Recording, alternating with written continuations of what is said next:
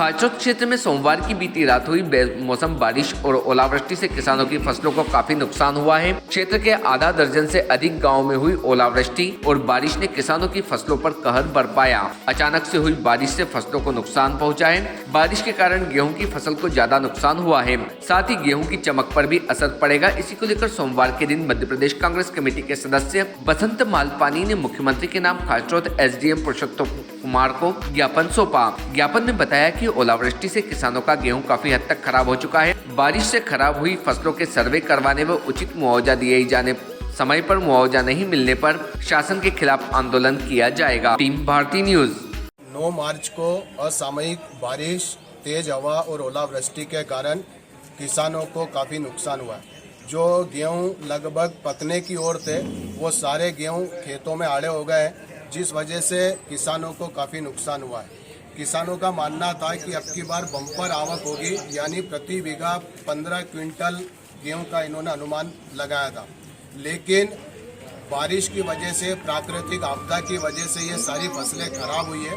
तो हमारा माननीय एसडीएम महोदय को ज्ञापन देने के पीछे यह मकसद है कि शीघ्र अतिशीघ्र सर्वे करवाया जाए और प्रति बीघा के हिसाब से 15,000 रुपये मुआवजा दिया जाए।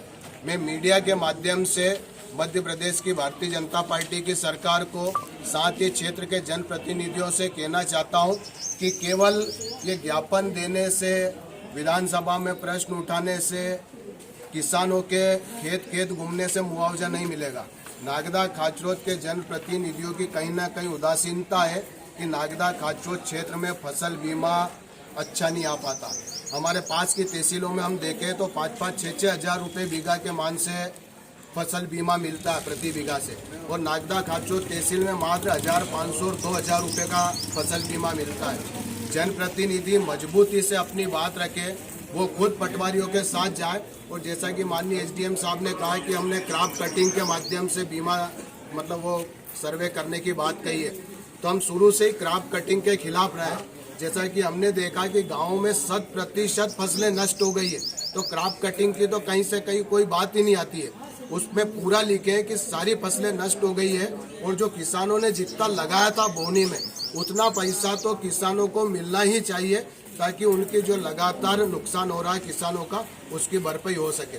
साथ ही हमने ज्ञापन में ये भी कहा है कि अगर राज्य शासन ने, स्थानीय प्रशासन ने और जनप्रतिनिधि ने अब की बार फसल बीमा और मुआवजा अच्छा नहीं दिलवाया, तो सारे गांवों में जाकर जनप्रतिनिधियों के खिलाफ, प्रशासन के खिलाफ और राज्य शासन के खिलाफ कृषि विरोधी नीतियों के लेकर जन जागरण अभियान चलाया जाए। Subscribe now to most exciting channel ever.